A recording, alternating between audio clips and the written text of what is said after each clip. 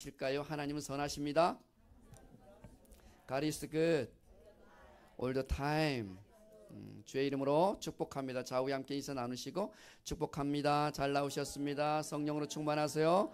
말씀으로 충만하세요. 하나님의 가장 존귀한 여러분과 함께 예배드리게 되어서 기쁩니다. 지난주 우리 친구들과 함께 말씀을 나누었던 사사기 13장 말씀을 넘어가지 않고 다시 13장에서 시작하려고 합니다. 눈치 빠르신 분, 기억력이 좋으신 분은 말씀 봉독을 할 때 이거 지난주에 읽었던 봉독 말씀인데 라고 눈치채셨을 텐데 1절에서 5절까지는 지난주 말씀과 똑같고요. 오늘 24절, 25절을 더 첨하여 함께 오늘 봉독했습니다. 지난주 우리는 삼손의 이야기를 통해서 삼손이 아직 태어나기도 전 이야기를 좀 아이들과 함께 묵상을 했죠. 하나님의 아주 특별하신 계획 속에서 우리 각자는 태어났다. 그 태어난 선택은 우리가 아니라 하나님께로부터 하나님이 그 생명을 지으시고 우리를 이 땅에 태어나게 하셨다라고 말씀을 드렸습니다. 그러면서 드리는 말씀이 이 땅에 우리는 하나님께서 너무나도 걸작품으로 태어나게 하신 이유, 사명이 무엇인가? 삼손처럼 너희가 이 땅에 하나님의 나실인으로 살아야 한다라고 하는 메시지로 여러분께 전해드렸습니다. 기억나십니까? 나실인 퀴즈까지 내드렸었잖아요. 그런데 지난 한 주 여러분 추석 연휴 잘 보내셨습니까? 가족들, 친인척들 만나서 함께 인사 나누셨나요? 네, 거기에서 혹시 여러분들은 어떤 피드백을 받으셨나요? 많이 이뻐졌네? 많이 건강해지셨네요? 아니면 머리가 많이 휘어졌네? 주름이 하나 더 생겼네? 라고 하는 피드백이었습니까? 아니면 뭔가 달라졌네? 라는 피드백을 받으셨습니까?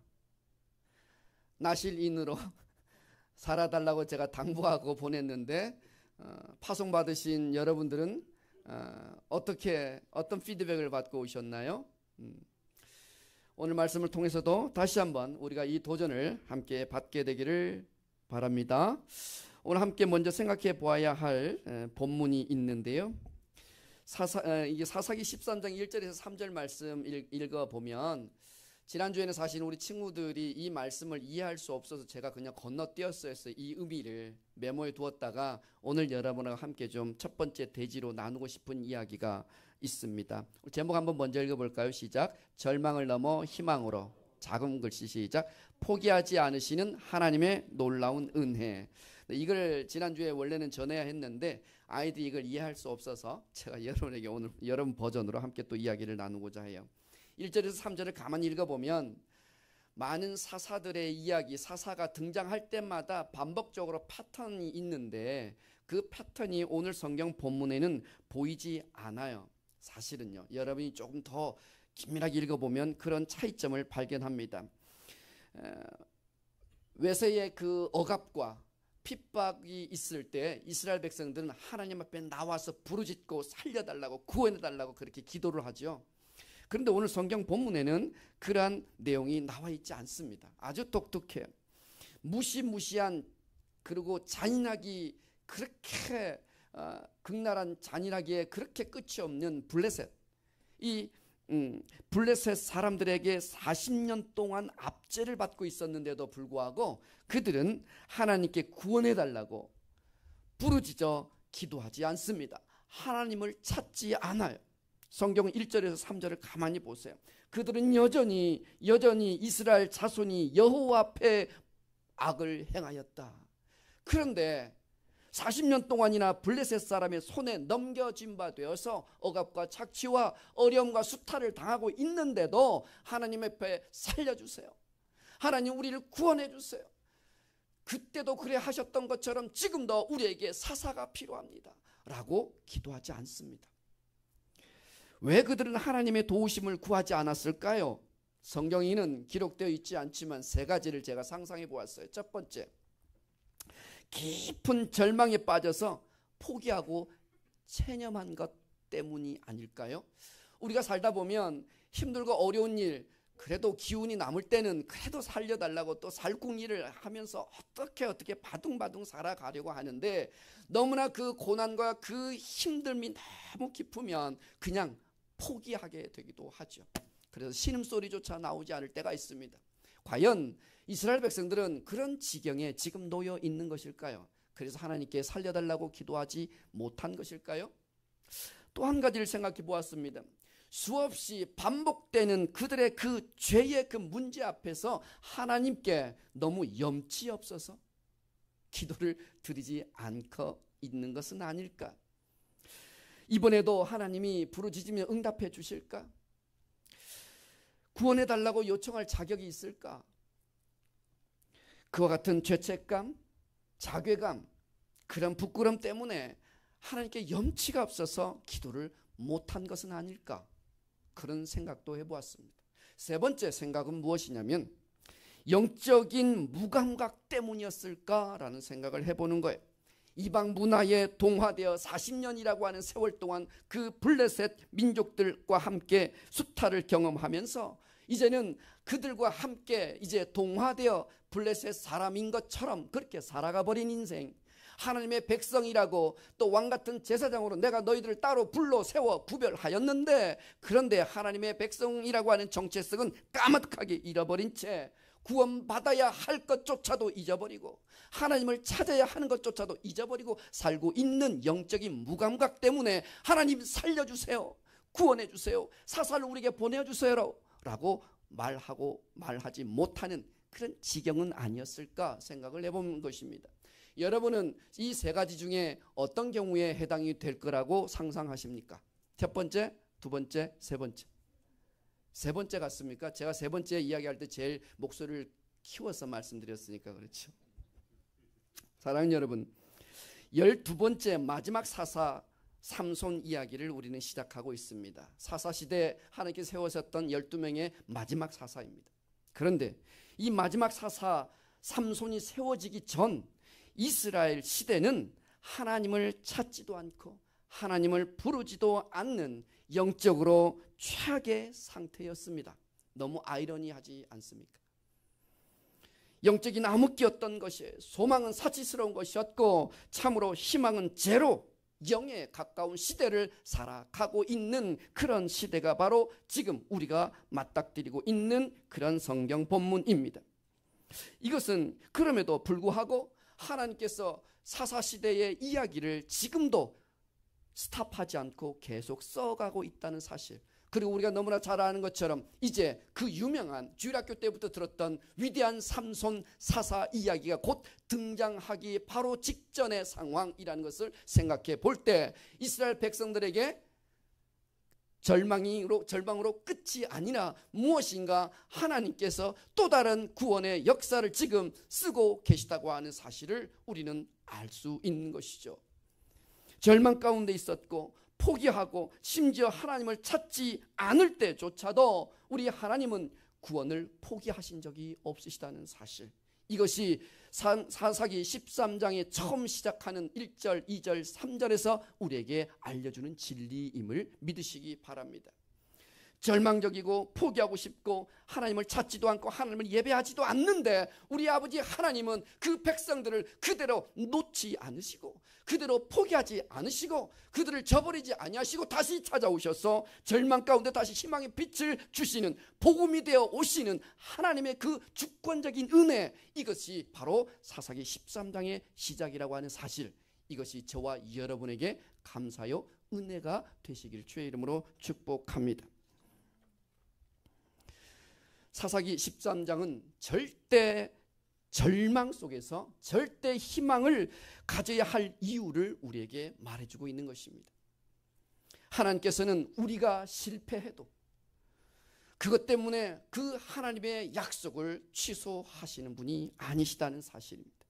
로마서 11장 29절 말씀에 보니까 하나님의 은사와 부르심에는 결코 무엇이 없다? 후회하심이 없다. 민수기 23장 19절 말씀에 하나님은 사람이 아니시니 거짓말을 하지 않으시고 인생이 아니시니 후회가 없으시도다. 하나님께는 후회가 없으십니다. 하나님의 선택과 하나님의 부르심에는 결코 후회가 없으시다는 사실을 성경은 분명하게 우리에게 선포하고 있습니다. 왜 그럴까요? 하나님의 지혜는 광대하시기 때문에 그렇습니다. 하나님은 우리 각자 사람 한 사람의 그 영혼을 손수 빚으시고 걸작 중에 걸작으로 만들어 이 땅에 단 하나의 존재로 지어 놓으셨기 때문에 우리 인생의 처음과 끝을 아시는 분이십니다. 처음과 끝을 여호와 하나님의 두 손에 우리의 삶을 붙잡고 계시기 때문에 우리 인생은 하나님께서 그 구원의 은혜 가운데 절대 포기될 수 없는 인생임을 믿으시기 바랍니다. 하나님의 부르심은 취소되지 않습니다. 철회하시지 않습니다. 우리의 실패로 무효화되지 않습니다. 이것이 우리의 희망이요, 우리의 감사요, 우리의 노래가 아니겠습니까? 사랑하는 여러분, 영적인 무력감에 빠져 있습니까? 내 가정의 문제, 자녀의 문제, 직업의 위기, 재정적인 문제와 건강의 어려움, 그래서 인생의 짐이 너무 무거울 때가 있지 않습니까? 절망과 한계에 부딪혀서 더 이상 희망이 없다고 포기하고 싶을 때가 우리 삶 가운데 있지 않습니까?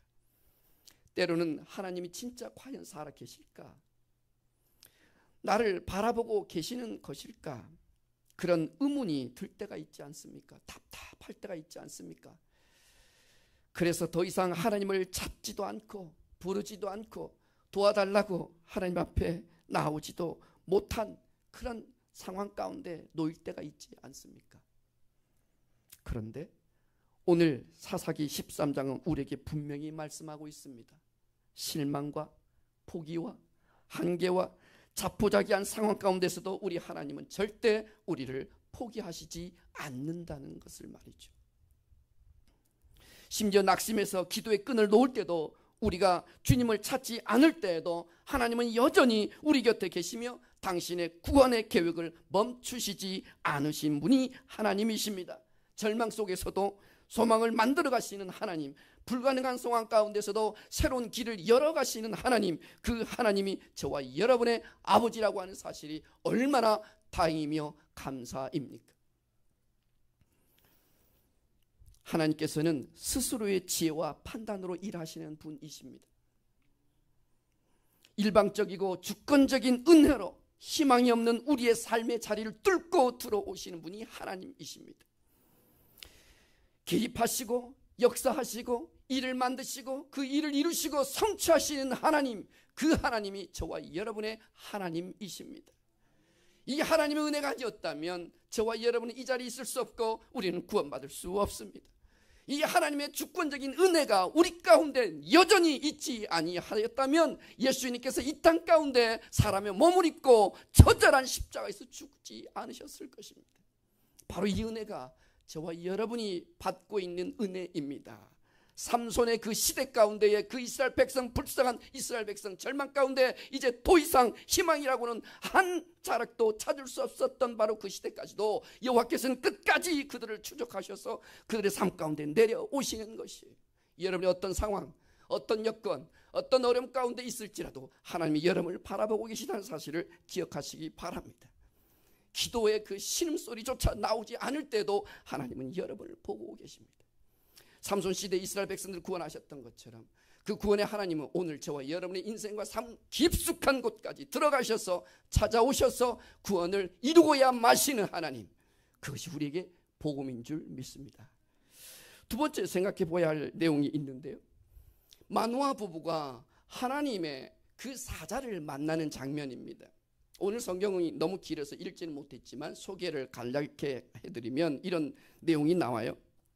3절에 보니까 여호와의 사자가 그 마노아의 부인에게 찾아옵니다. 그래서 네가 잉타하여 아들을 낳을 것이다.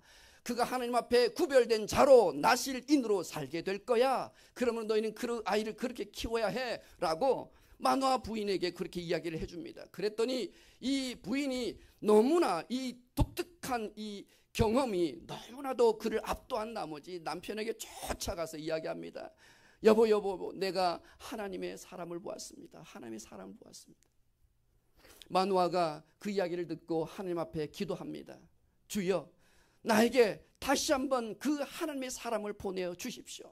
볼 수 있게 해주십시오. 그랬더니 하나님께서 그 마누아의 기도를 들으시고 또 그에게 그 하나님의 사자를 보내십니다.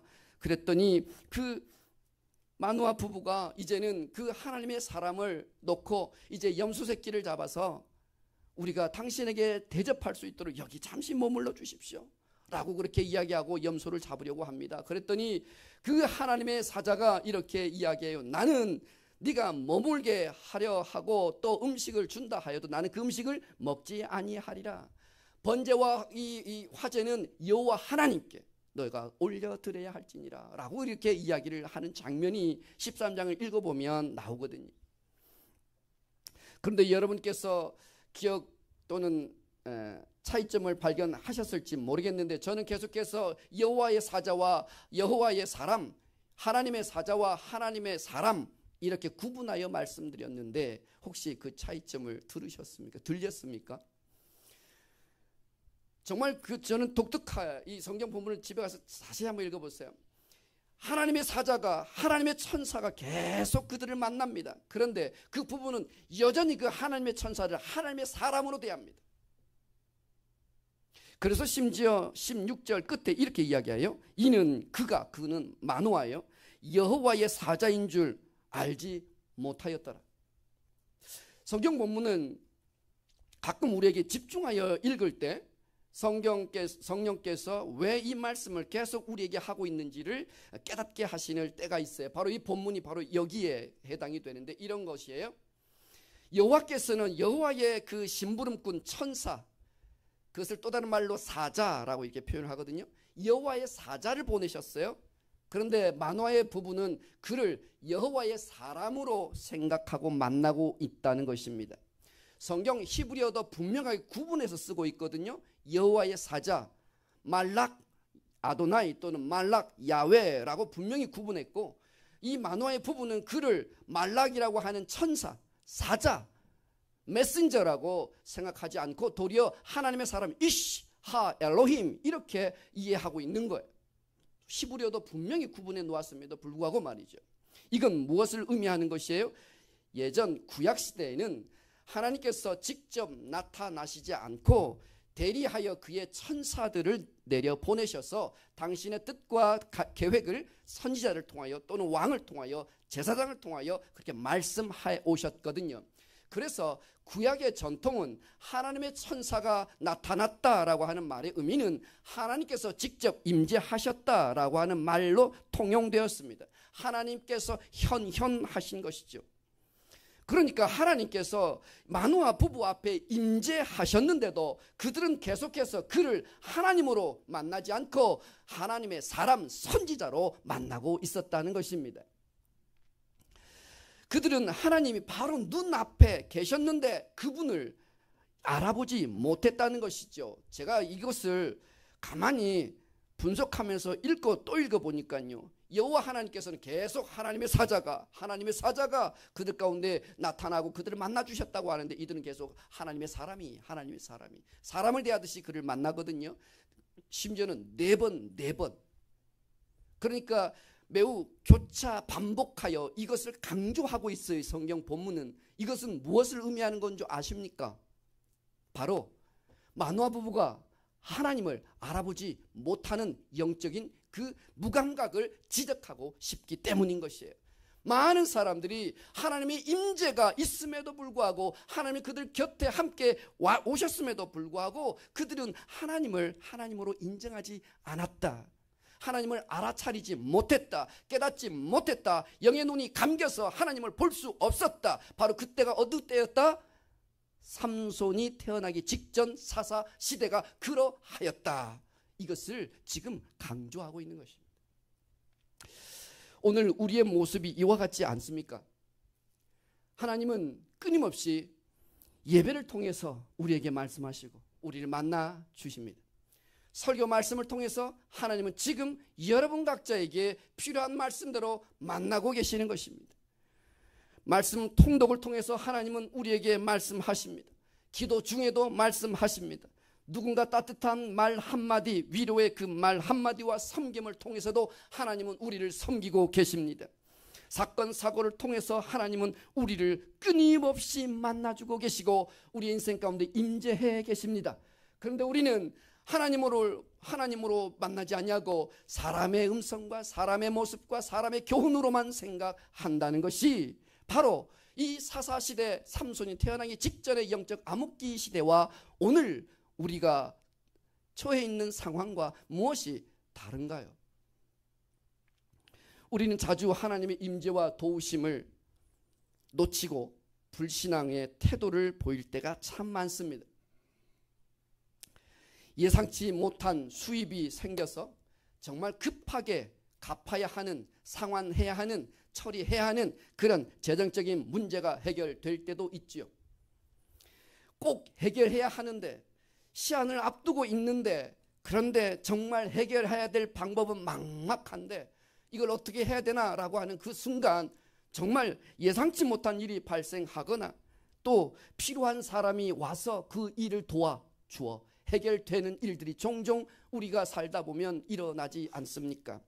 집을 살아야 될 새 집을 또 찾아야 될 때 또 내 집을 또 세를 내어주어야 할 때 정말 막막할 때가 얼마나 많습니까? 그런데 정말 신기하게도 그런 일들이 정말 순조롭게 해결되는 경험들이 우리 삶 가운데 종종 일어납니다. 그런데 우리는 이때 이렇게 이야기하죠. 운이 좋았다. 참 운 좋게 세입자를 얻었고 또 살 집을 얻었고 또 이 문제가 해결되었어. 그렇게 우리는 고백할 때가 있습니다. 그런데 이것은 하나님의 세밀하신 인도하심과 도우심의 은혜를 놓치는 것입니다. 하나님께서 세밀하게 여러분의 인생에 필요한 그 필요들을 공급하시고 만나게 하시고 해결하게 하시는 하나님의 임재가 여러분의 인생 가운데 있는데 우리는 운이 좋았다고 이야기해요. 아니에요. 하나님의 인도하심과 보호하심의 은혜예요. 마노아 부부가 하나님께서 임재하셨음에도 불구하고 바라보지 못했던 그저 사람의 모습으로만 바라보았던 바로 그 영적 무감각, 이 영적 무감각으로부터 우리는 탈피해야 될 줄 믿습니다. 교통사고, 이 중에 아마 교통사고 안 당하고 이 연세까지 여기에 계신 분 많지 않을걸요? 저도 몇 번 제 인생에 있었거든요. 그런데 이렇게 멀쩡히 살아서 강단에서 하나님의 말씀을 전할 수 있는 것은 하나님의 은혜인 줄 믿습니다. 대형 사고 또 재해가 얼마나 많습니까? 뉴스에 그 내용이 다 그런 내용들도 사건 사고로 다 도배되어 있지 않습니까? 정말 그 상황 가운데 내가 살아있다는 것, 이거 기적 아닙니까? 그런데 우리는 이렇게 이야기하죠. 정말 다행이다. 큰일 날 뻔했네. 정말 다행입니까? 큰일 날 뻔 하셨습니까? 진짜 큰일 날 뻔 하긴 했죠. 그런데 하나님의 눈동자같이 바라보시고 우리를 도우시고 불타는 성곽으로 우리를 둘러서 보호해 주시고 군대의 그 진으로 우리를 두르시며 늘 우리를 보호하고 계시는 하나님의 보호하심의 그 은혜를 놓친다면 우리는 죽을 뻔했네? 그것으로는 하나님의 은혜를 설명할 수 없습니다. 하나님의 보호하심이 없으셨으면 진짜 여러분은 이 세상 사람이 아니에요. 이미 그렇지 않습니까? 그런데 그것이 단순히 다행이라고요? 운이 좋았다고요? 그건 아니죠. 하나님 은혜의 그 선물 아니겠습니까?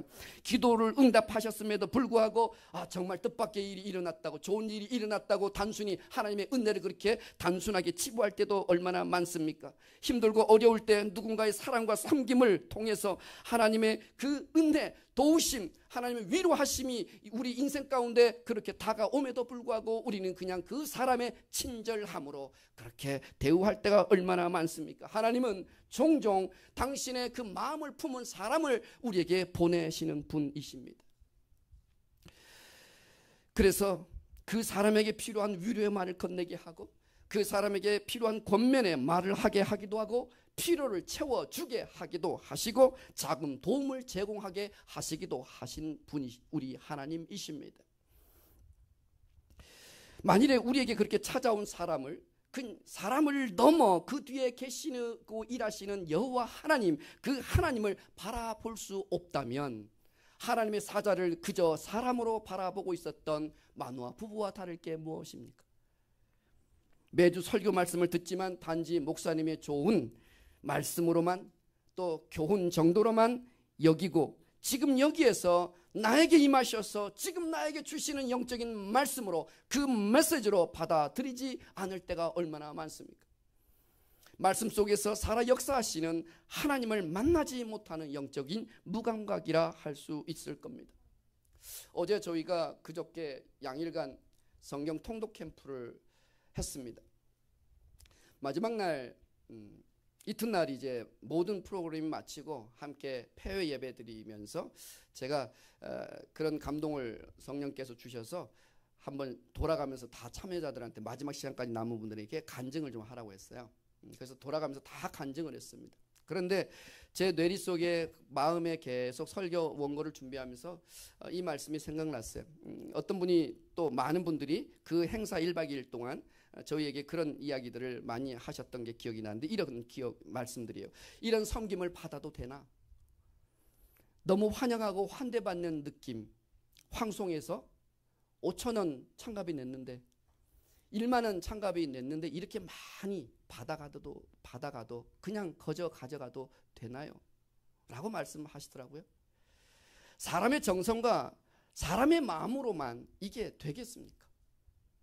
그 행사를 한 달 전부터 기도하고 준비하면서 그 행사에 참여할 그 성도들의 그들을 하나님의 마음으로 품고 그들을 환대하고 환영하고 싶어 했던 그 하나님의 마음을 그들에게 어떻게 하면 전달해 줄 수 있을까? 이것이 스태프들의 고민이요 기도였어요. 그것이 그냥 단순히 그 사람들이 착해서 아니요. 그 사람들이 그냥 의지적으로 발휘해서 아니요. 하나님의 마음을 품으니까 하나님의 마음이 어디에 있는지를 아니까 그 마음이 그들에게 조금이라도 전달될 수 있었으면 그것이 스태프들의 마음이었는데 그 참여하셨던 모든 분들이 한결같이 그 마음을 느끼고 돌아가는 것을 보면서 아, 하나님이 하셨다라는 생각을 또 하게 되는 것이죠. 감동과 감격과 은혜와 사랑을 마음껏 누리고 채워주고 싶었던 하나님의 마음, 하나님의 임재하심이요, 하나님의 역사하심이요, 하나님의 개입하심이요, 하나님의 만나심이 아니고 무엇이겠습니까? 그것이 몇 명의 헌신된 사람들의 마음으로만 되겠습니까?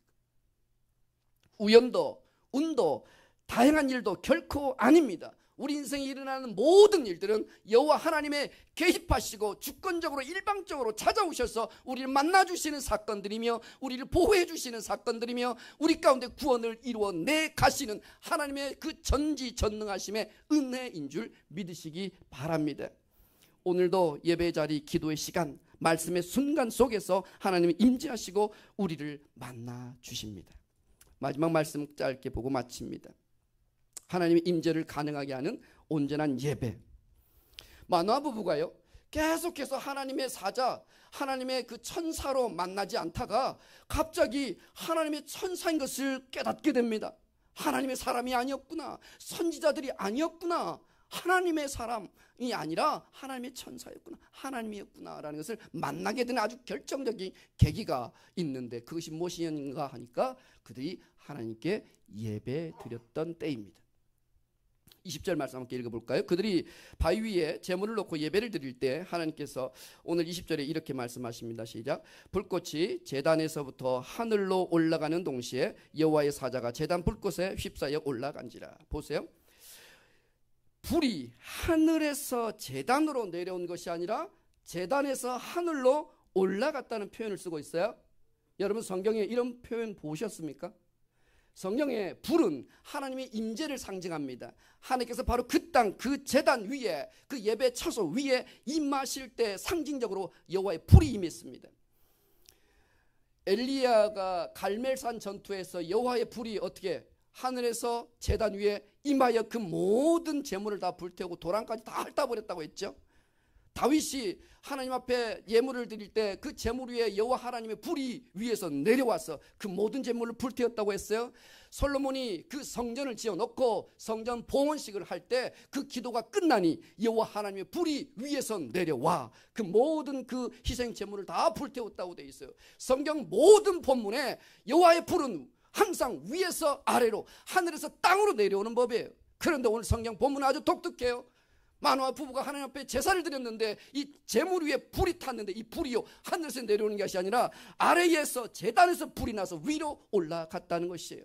내려온 불이 아니라 위로 올라가는 불의 모습을 우리에게 보여줍니다. 왜 그럴까요?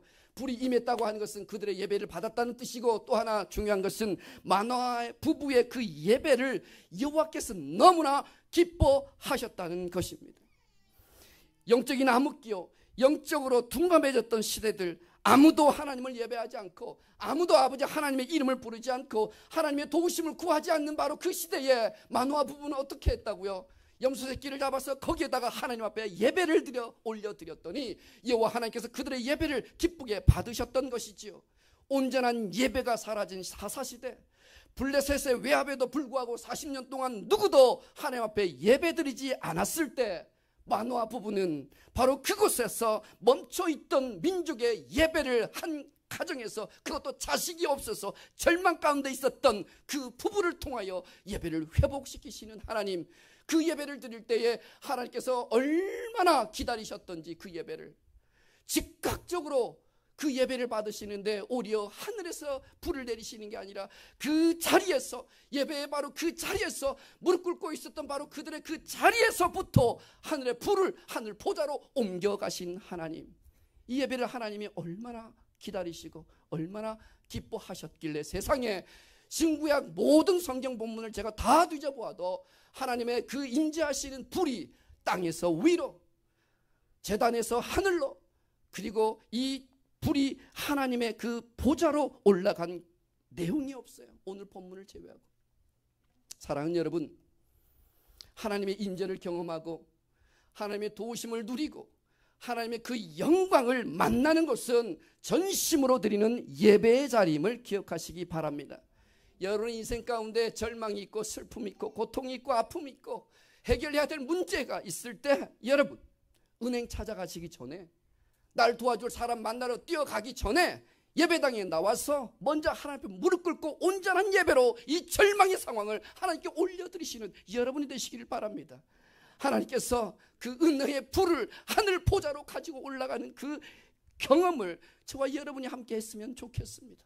마노아 부부의 그 예배를 기뻐 받으셨던 것처럼 여호와 하나님께서 우리가 하나님 앞에 무릎 꿇고 내 절망과 내 아픔과 고통과 어려움들을 하나님 앞에 올려드리는 그 무릎 꿇는 예배 가운데 우리의 예배를 기뻐 받아주실 줄 믿습니다. 예배의 자리는 절망이 종식되는 자리요, 희망이 시작되는 자리입니다. 절망과 무기력의 사실이 끊어지는 자리요, 희망으로 채워지는 자리가 바로 예배의 자리입니다. 우리의 모든 한계와 무기력이 깨어지고 부서지는 자리가 바로 이 예배의 자리요, 하나님께서 구원을 이루시는 그 구원의 시작이, 하나님의 영광을 보게 되는 그 시작점이 바로 이 예배의 자리입니다. 그러므로 온전한 예배, 누구도 하나님을 예배하지 않는데 나는 하나님을 예배하리라. 내 일터에서 나는 하나님을 예배하는 예배자로 살리라. 내 가정에서 나는 하나님을 예배하는 예배자로 살리라. 내 동호회, 내가 만나는 모든 사람들 관계 가운데 나는 예배자로 선포하고 살리라. 바로 여러분을 통하여 하나님께서는 이 시대의 암흑기와 같은 바로 이 시대에 또 다른 하나님의 그 구원의 빛을 비추며 이 땅 가운데 진정 나신으로 승리하며 살아갈 수 있도록 힘을 주시고 능력을 주시며 우리에게 응답해 주실 여호와 하나님을 경험하며 살아갈 수 있게 되기를 예수님의 이름으로 축복합니다. 함께 우리 나는 예배자입니다.